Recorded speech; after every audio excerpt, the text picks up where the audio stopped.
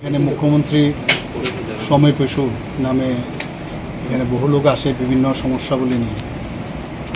তো আজকেও দেখেছেন অনেক লোক এসছে, ট্রাই করি, চেষ্টা করি কীভাবে সাহায্য করা যায়। অন্যান্য বিভিন্ন সমস্যা নিয়েও আসে, হেলথের বেশিরভাগ হেলথ কন্ডিশন নিয়ে আসে, অন্যান্য সমস্যা নিয়েও আসে।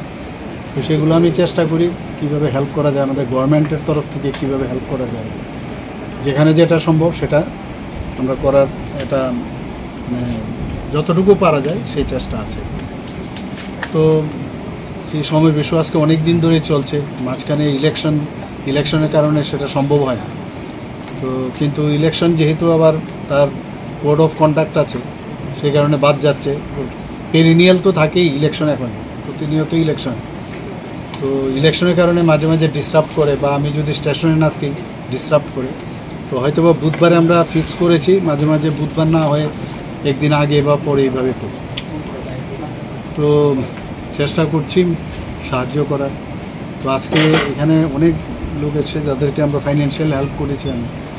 আর যেখানে আপনি কিডনি ট্রান্সপ্লান্টের বিষয়ে বলেছেন, আপনারা অলরেডি অবগত হয়েছেন যে ত্রিপুরাতে একটা ঐতিহাসিক দিন এবং ঐতিহাসিক মুহূর্ত আমি বলবো, যে কিডনি এখানে প্রতিস্থাপন হয়েছে।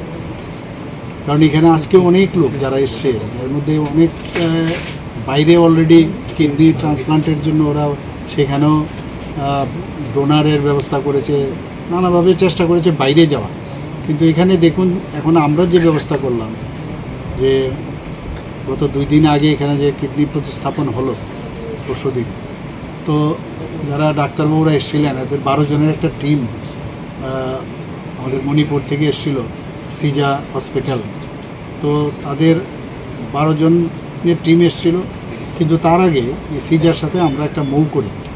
আমাদের যারা নেফ্রোলজিস্ট আছে, ইউরোলজিস্ট আছে, এবং সিস্টার এবং অন্যান্য যারা এলাইট যে অ্যানেস্থেসিওলজিস্ট থেকে শুরু করে একটা টিম আমরা পাঠিয়েছিলাম ওদের হসপিটালে। প্রথমে ওনাদেরকে ট্রেনিং দেওয়া হয়েছে। তো ট্রেনিং দেওয়ার পর তারপর ওরা এসছে, প্লাস ওই টিম এসছে। এখানে একজন ডোনার, মানে মাই ডোনার আর ছেলে হচ্ছে রেসিপিয়েন্ট। তো এখানে ম্যাচিং হয়ে গিয়েছিল। তো সেটা অত্যন্ত সুন্দরভাবে অপারেশন হয়েছে। আপনারা এর মধ্যে আপনারা খবর পেয়েছেন।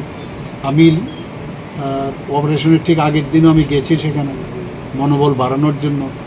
প্রথম ত্রিপুরার ইতিহাসে প্রথম কিডনি প্রতিস্থাপন, এটা একটা বিশেষ বিরাট বিষয়, যে ত্রিপুরার মতো ক্ষুদ্র একটা ছোট জায়গা, সেখানে এই ধরনের একটা অপারেশন হয়। তো অপারেশনের পরের দিন, যেদিন অপারেশন হলো, আমাকে ডাক্তারবাবুরা ফোন করে আমাকে জানালেন যে এরকম অপারেশন সাকসেসফুল। তো আমি কনগ্রেচুলেশন দিয়েছি ওনাদেরকে, এবং যারা অপারেশনে ছিল সবাইকে আমি কনগ্রেচুলেশন দিয়েছি। কালকে ওরা ফুল টিম এখানে এসেছিলো, আমার সাথে দেখা করে গেছে।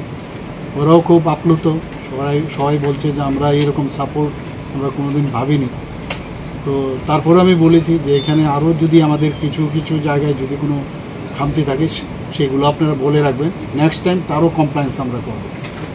আমি স্বাস্থ্য দপ্তর এবং জিবি হাসপাতালে যারা এর সাথে যুক্ত, তাদেরকে আমি ধন্যবাদ দিতে চাই বারবার, যে এইরকম একটা কাজ এখানে হয়েছে।